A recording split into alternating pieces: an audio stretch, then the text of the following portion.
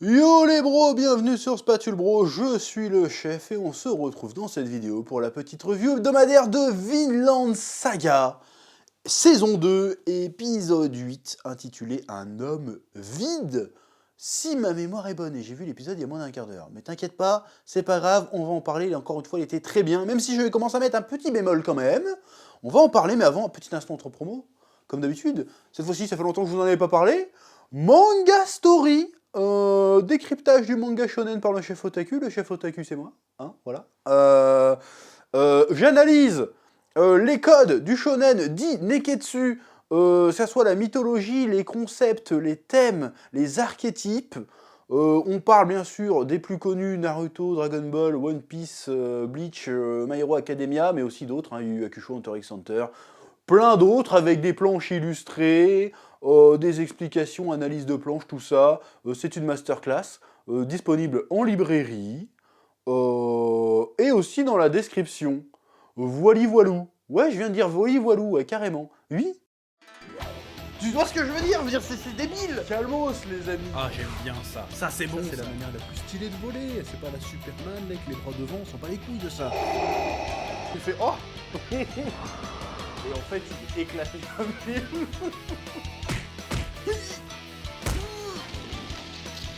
Je sais pas ce qui m'a pris là. Là, j'ai craqué.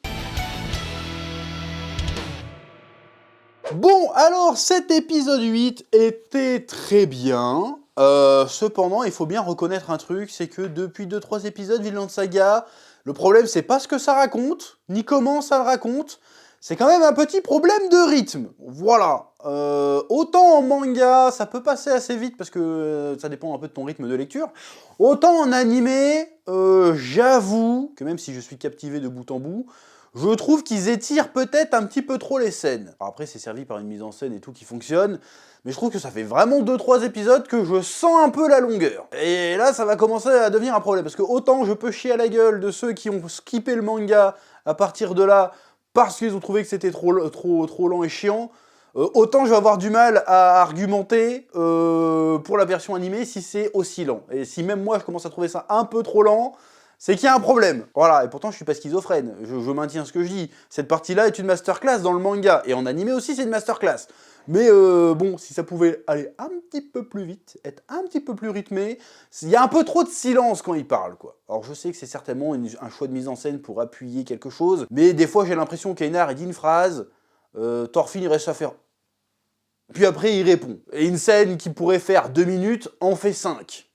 Alors, peut-être que c'est un choix de mise en scène, peut-être que c'est aussi un choix pour gagner du temps d'épisode, hein, on vous connaît. Bon, faudrait pas généraliser l'animation japonaise, mais quand même, hein, on se souvient des 5 minutes de Freezer, tu vas me dire que ça n'a rien à voir, et pourtant si, ça a à voir. T'as très bien compris de quoi je voulais parler. Mais mis à part ça, l'épisode est super intéressant, et on commence petit à petit à se recentrer un peu plus sur Thorfinn, parce que là, depuis 2-3 épisodes, c'était vraiment la vie à la ferme, comment c'était plus sur les personnages autour de Thorfinn. Là maintenant, on commence à revenir sur Thorfinn. D'ailleurs, l'animé prend aussi des libertés vis-à-vis des cauchemars de Thorfinn. La partie où tu vois qu'il se voit lui-même plus jeune, qui va plus ou moins aller buter la famille d'Einar quand Einar est gamin. Ça par contre, il me semble que c'est un rajout, parce que j'ai aucun souvenir de ça dans le manga. Dans le manga, c'est plus, il se voit grimper une falaise, et puis il y a des zombies qui essayent de le bouffer, des gens, enfin, les cadavres des gens qu'il a tués, qui essayent de le bouffer, ou je sais pas quoi, qui le retirent vers le bas plutôt, genre non, reste avec nous, on va faire la bagarre, ne va pas vers la lumière. Qui était plutôt cool. Dans le manga, d'ailleurs, la preuve qui commence à émerger un peu Thorfinn, c'est qu'il commence à se souvenir de ses cauchemars. Jusqu'à présent, il les subissait, il n'en avait aucun souvenir. Et là, il commence à se souvenir de ses cauchemars. Et je trouve ça plutôt sympathique. Qu'il y a le côté, plus le gars se rapproche de la lumière, du coup, plus l'ombre est forte. Et ça, c'est beau. Oh, ça c'est beau. Ce qui est logique, d'ailleurs. Hein. Plus la lumière est forte, plus t'as une grosse ombre. Et là, ça devient vachement philosophique. Oh là là, qu'est-ce que c'est intelligent. J'arrive jamais à être sérieux quand j'ai des conneries comme ça. Mais en tout cas, je trouve ça plutôt intelligent. Le symbolisme, bon, c'est pas non plus un truc de fou, c'est pas oh, méga original, mais en tout cas, je trouve ça plutôt pertinent dans la manière de comment c'est fait. Et j'aime bien l'idée. Pareil, il y a aussi ce délire de les serviteurs qui sont jaloux des esclaves. On sait pas trop pourquoi, en fait, ils ont le seum. Genre, putain, leur blé, il pousse bien. limite, ils poussent mieux que celui que nous on plante, viens, de toute façon c'est des connards d'esclaves, on va leur niquer leur champ, et puis comme ça ils vont rester esclaves plus longtemps, ils vont avoir le seum ces bâtards, et de toute façon ils pourront rien faire parce que c'est des esclaves. Encore une fois, tu te demandes pourquoi ils font ça, mais en fait c'est la nature humaine, j'ai envie de te dire, hein. Il y a des gens, ils sont mauvais, ils sont petits, ils ont besoin de rabaisser les autres pour exister, quoi. Parce que moi je suis un serviteur, je suis une merde, mais les esclaves c'est encore plus des merdes. Donc parce que si l'esclave il arrive à faire des trucs mieux que moi, ça veut dire que je suis encore plus une merde. Donc non, je vais encore plus dire que c'est... Bon, j'arrête pas de dire le mot merde, mais t'as compris. Donc je vais le rabaisser, comme ça moi ça va me permettre de m'élever, mais ça change rien. Tu vas quand même me bêcher de la merde toute la journée, ça va pas changer ta vie en fait. Mais bon bref, ça c'est intéressant. Mais ce qui est le plus intéressant, c'est la réaction de Thorfinn. J'avais oublié ce passage-là dans le manga d'ailleurs. Enfin, j'avais oublié en détail, je me souvenais évidemment de ce qui allait se passer. Et c'est la réflexion que fait Thorfinn, c'est parce que Einar il est foudrage, ce qui est normal, parce que le gars il se casse le cul depuis je sais pas combien d'années, je crois que ça fait 1 an qu'ils sont là, je crois d'ailleurs. Il se casse le dos depuis des années pour faire pousser du blé, et une fois que le truc prend et que ça marche bien, des connards viennent tout lui détruire. Et donc il a le sub, c'est normal, et Thorfinn il s'énerve pas, il fait non mais calme-toi, il fait mais pourquoi t'es pas énervé et tout, il fait parce que moi aussi, jusqu'ici dans ma vie, j'ai détruit ce que les gens avaient fait, j'ai détruit des plantations, j'ai détruit des maisons, j'ai détruit des familles, j'ai détruit des vies, donc je vais pas avoir le culot de me plaindre qu'on me fasse pareil en fait, parce que peu importe ce qu'on va me faire, je l'ai mérité 100 fois en fait, donc je vais pas aller me venger pour ça.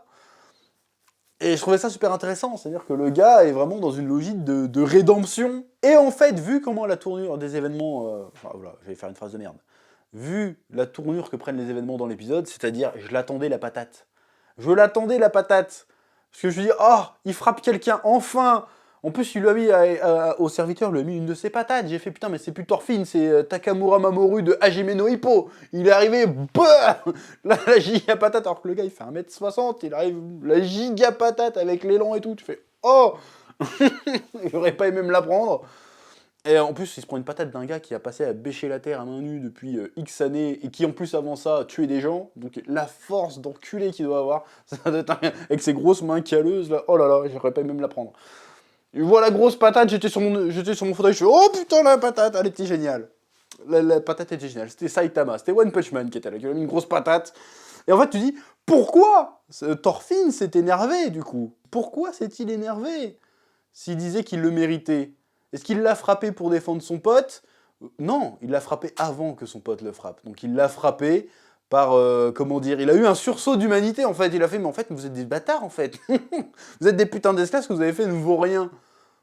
Et au moment où il a dit ça, Thorfinn pète un câble, il lui met une grosse patate, alors que le gars était, non la violence c'est pas bien, ça sert à rien de se battre, vas-y coupe-moi l'oreille, je m'en fous, et là tout d'un coup, giga patate dans sa gueule. Qu'est-ce qui s'est passé dans sa tête? C'est super intéressant à réfléchir à ça. Oui, et je me dis, piste de réflexion, ça se trouve c'est pas ça, que c'est peut-être, ça fait un peu écho à la discussion qu'il a eue avec le vieux quand ils allaient pêcher, parce que le vieux les a entendus dire que ouais, avant je le haïssais, et puis maintenant je le haïssais plus à Escalade, du coup je me sens vide. Et il fait non mais tant mieux si t'es vide, parce que maintenant tu peux apprendre des choses, tu peux repartir de zéro, et tu peux te reconstruire sans rien traîner derrière toi en fait. Et peut-être que c'est ça qui s'est passé, c'est que finalement le temps d'un instant, Thorfinn s'est pas dit je suis un ancien guerrier, je mérite ce qui m'arrive. Peut-être que pendant l'instant, il s'est dit, putain, en fait, je suis un fermier, ils ont détruit mes récoltes, en fait. Ces fils de pute. Peut-être qu'à bout d'un moment, il a rebooté, en fait. Tu vois ce que je veux dire? Il a fait, attends, mais... Non, mais niquez vos mères, vous êtes des bâtards, en fait. Donc, il a mis une patate quand même, tu vois. Donc ça, je sais pas. Peut-être que je dis de la merde, peut-être que ça n'a même aucun sens ce que je dis. Mais je trouve ce switch intéressant. J'imagine que ça va être développé dans l'épisode suivant. D'ailleurs, j'ai trouvé presque un peu dommage que ça s'arrêtait là, en fait. Parce que franchement, le rythme était un peu lent. Je pense que ça aurait pu être la première partie de l'épisode. Et hop, la deuxième partie, on partait sur la suite en fait. Mais bon, encore une fois, c'est un choix qu'ils ont fait d'avoir un rythme assez lent. Encore une fois, tenez le coup, je vous assure que ça vaut le coup. Alors, il y en a qui vont dire, oh, tu gueules pas sur le rythme de Vinland Saga, mais tu gueules sur le rythme de Last of Us. Last of Us, il reste 2 épisodes, il s'est rien passé en 7. Là, on a 8 épisodes, c'est une saison a priori de 25. Donc c'est pas grave. Il me semble, hein, si je dis pas de bêtises. Donc il y a encore de... Et puis je sais ce qui va se passer après. Et franchement, tout ce qui est construit là va faire sens et va avoir un impact incroyable. De toute façon, on commence à émerger en fait. Voilà, Thorfinn commence à renaître et ça va être incroyable. Vous n'êtes pas prêts, ça va peut-être même surprendre beaucoup de personnes, l'évolution de Thorfinn. Bref, c'était un bien bel épisode. Encore une fois, j'ai kiffé ma race. Vivement les prochains. qu'on explore un peu plus ce côté cauchemar de Thorfinn, et qu'on voit Thorfinn émerger, revenir dans la lumière, renaître réellement, parce que ça va être vraiment super intéressant. Surtout qu'après, il y a Canute et tout qui vont faire leur retour et machin, ça va être superbe. Voilà, je veux dire, là, on va être au prime de Vinland Saga, en réalité. Mais ça, pour le savoir, il faut tenir le coup. Il faut tenir le coup, là, c'est un peu long, mais ce qui est raconté est super intéressant, déjà de base, donc c'est pas grave si c'est long. Mais ce qui arrive après, mais c'est 10 fois mieux, en réalité. Donc tenez le coup, ça va être... Vous n'êtes pas prêts. Je vous le dis, vous n'êtes pas prêts. Oui. Bref, c'est à peu près tout ce que j'ai à dire cette semaine. Pouce bleu, abonnement, commentaire, ne serait-ce que pour le référencement, ça fait plaisir. Et je vous dis à très vite sur Spatule Bro pour de nouvelles vidéos. Et en ce moment, il va y en avoir pas mal. Peut-être même trop, à vrai dire. Mais bon, c'est une chaîne d'actualité, il y a beaucoup d'actualités. Je suis pour rien, c'est pas ma faute. Bon, bah voilà, ok, bon. À bientôt.